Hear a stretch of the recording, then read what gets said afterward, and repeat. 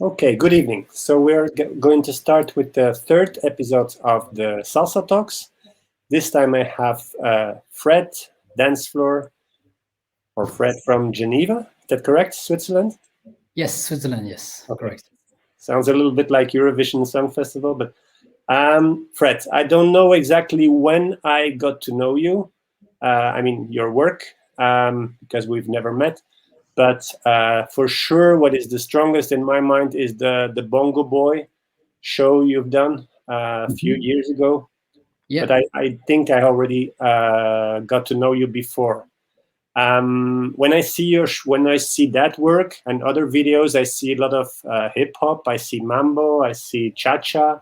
I see Cuban style salsa. I see lots of things. Yeah. So my first question is, who is Fred and what is this dance floor? Okay, in terms of dance, I guess. So I started in salsa when I got to Geneva. I'm from Paris. I grew up in Paris.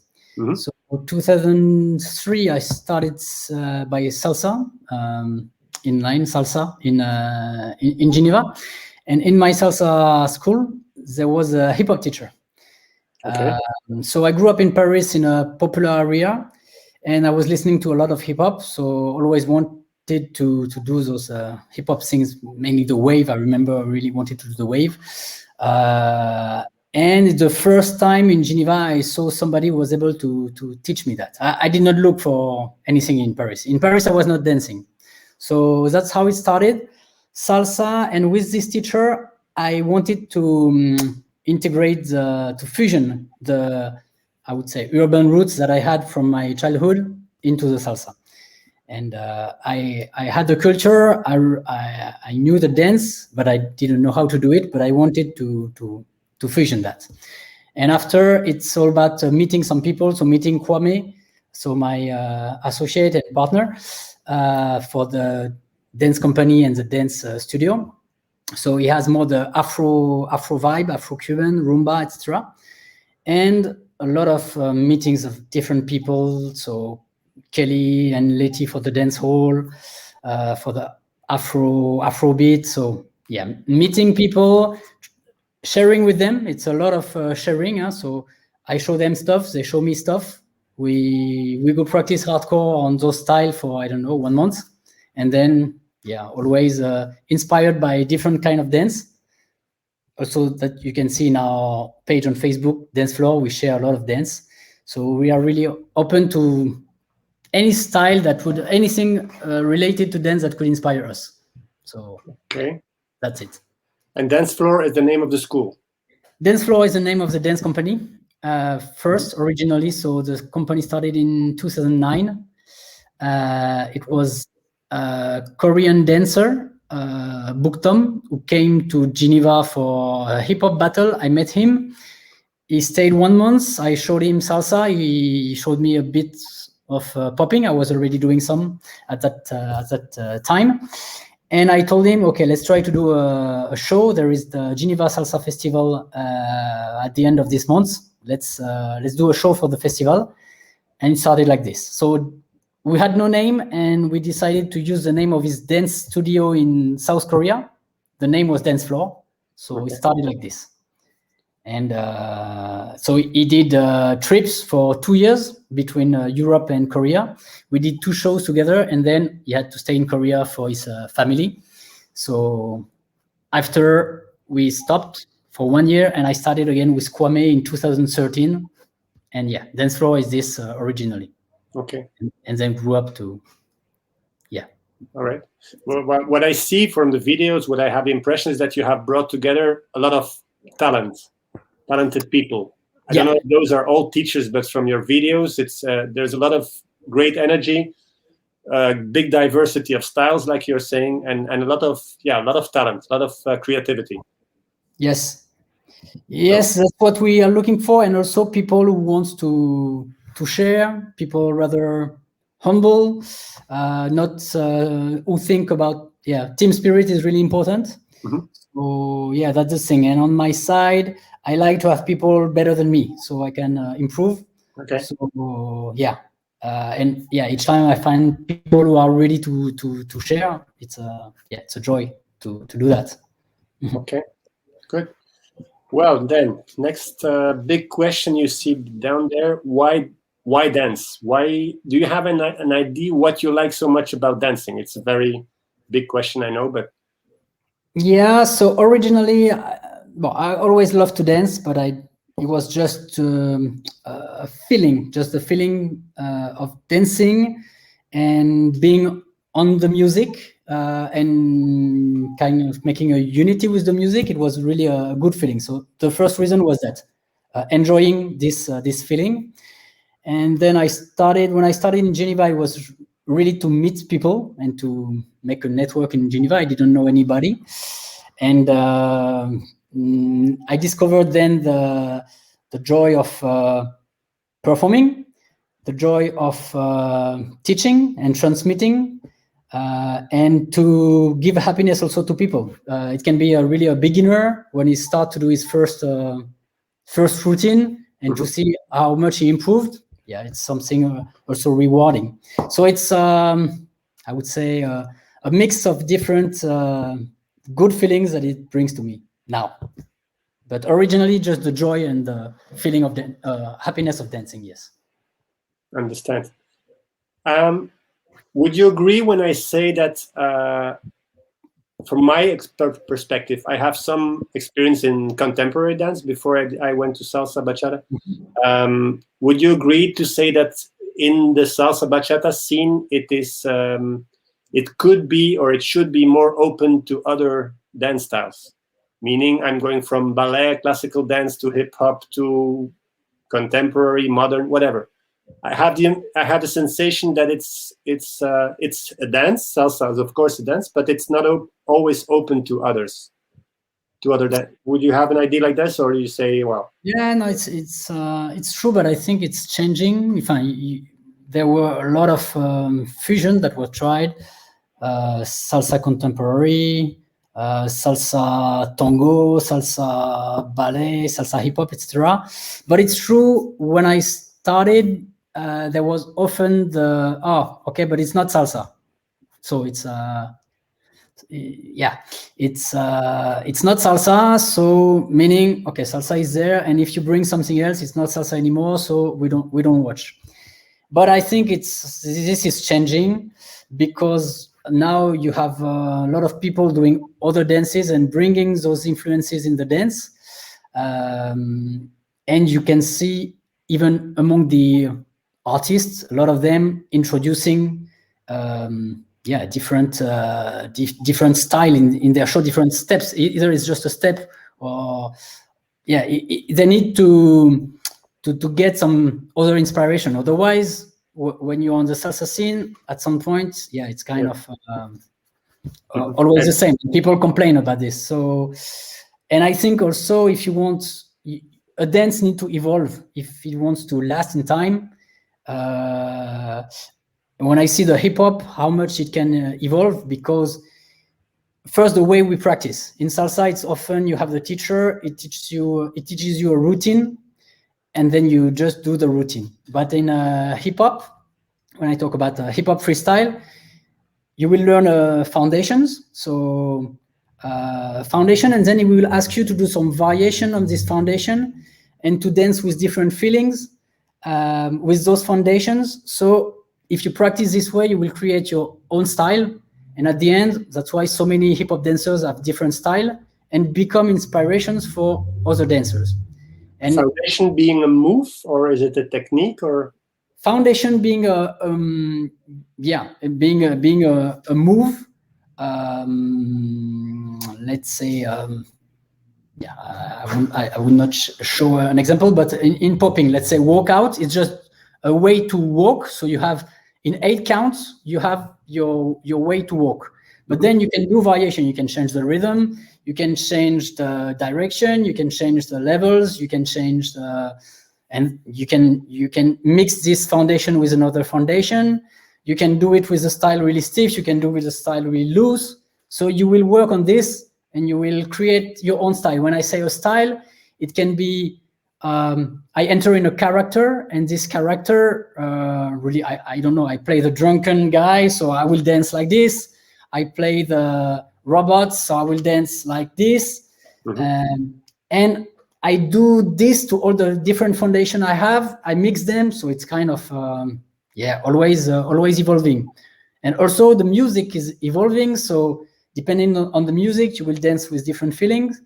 And this also brings evolution to this dance. But still in the urban dances, I would say locking. Locking is a funk style dance born in the 80s.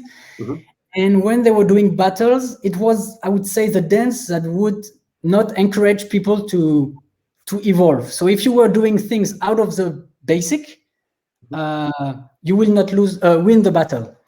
And what happened is, at the end, it was always the same. So people wanted to do other styles. And when you see where locking was before and where it is now, I think you need to make your dance evolve if you want the dance to remain of the long term. It has to adapt to the period, to the new music, to the new style, etc., etc. So to answer your question, I think it needs to evolve and to adapt, to open to other styles. Yes.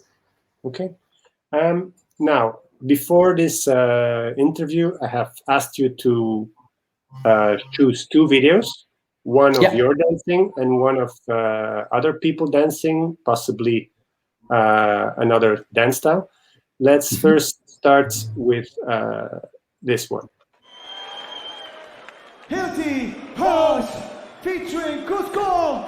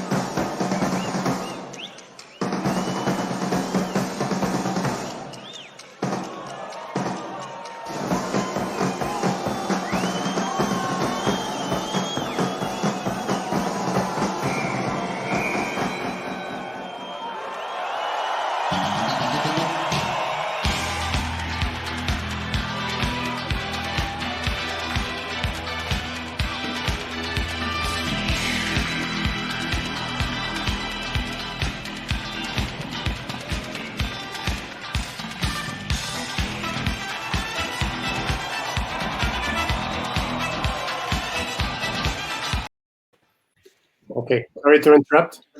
Why no, choose this video? Because it was a big inspiration for me, and it represents what I like in dance. So it's two duets of Japanese dancers. One is Hilti and Bosch. It's blockers, those doing those kind of moves, and the other one is Guchon and Kei, so 2 poppers. So they both are really good in their styles, among the best. And if you look at the show, it mixes at the same time choreo effects, so something you do in group, and also later in the choreo you can see they do solo improvisations. And this is really, first, this is really what I like, doing some nice group effects, but also it's really a different feeling when you're dancing, improvising by yourself on the music and feeling connected to the music and not just executing something, So I like to have those 2 effects. And the second thing is that it's really the fusion, because you can see they are maybe doing a same move I would say, okay, both goes in this direction, but the popper will go boom with the popping dance, and the locker will go with the locking move. So it's we fusion the dance, and we are working together to build something new with some elements that are already existing. And and then the level is really, really high. It was an event for breakers, so people dancing more on the ground, b-boys. Usually they don't like that much the what we call danse debout. So when you're standing, up. And this show was so good that you could see the crowd was completely amazed by that. So I watched this show many times, and great inspiration for me. Yes. Okay. When I post this video now, this interview, I will add the link so that people can look at it the full length. Okay, second video is your video.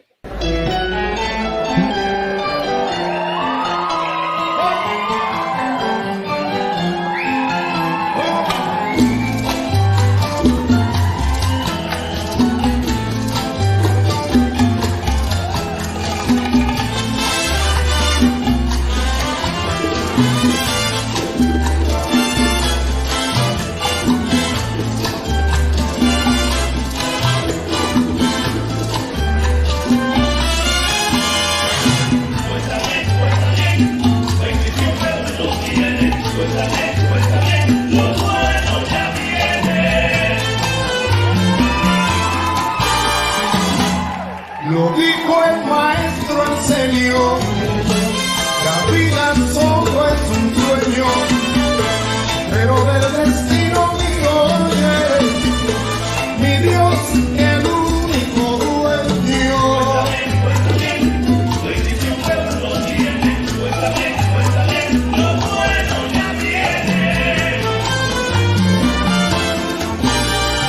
No habrá cosecha en la vida.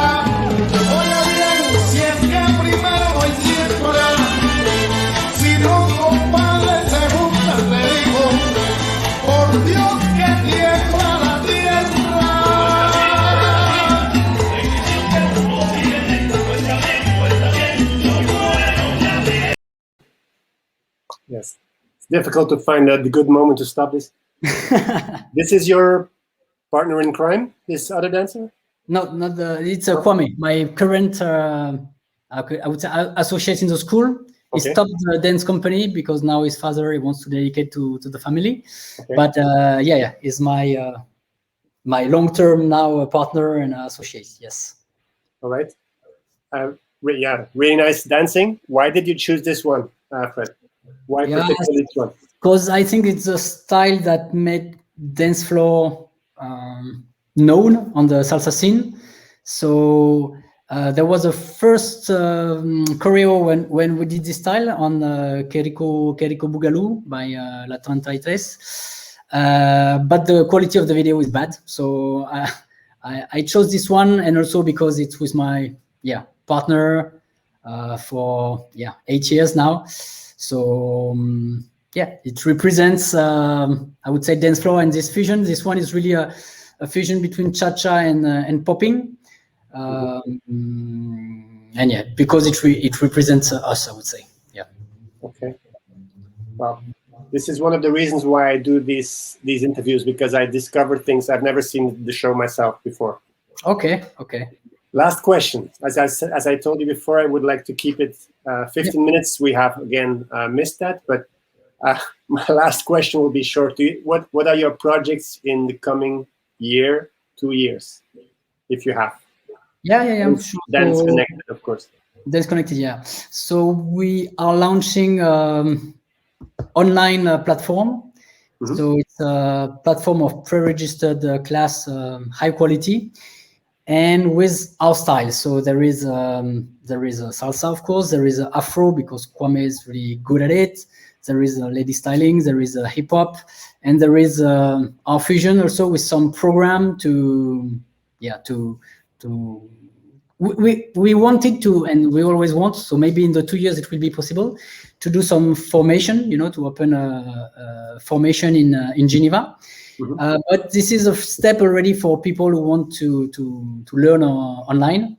So this is, I would say, the first project. The other one is to extend, not just to be in Geneva, but to extend. We started in Lausanne. It's another city in Switzerland, but we have other projects in Switzerland and in France nearby, and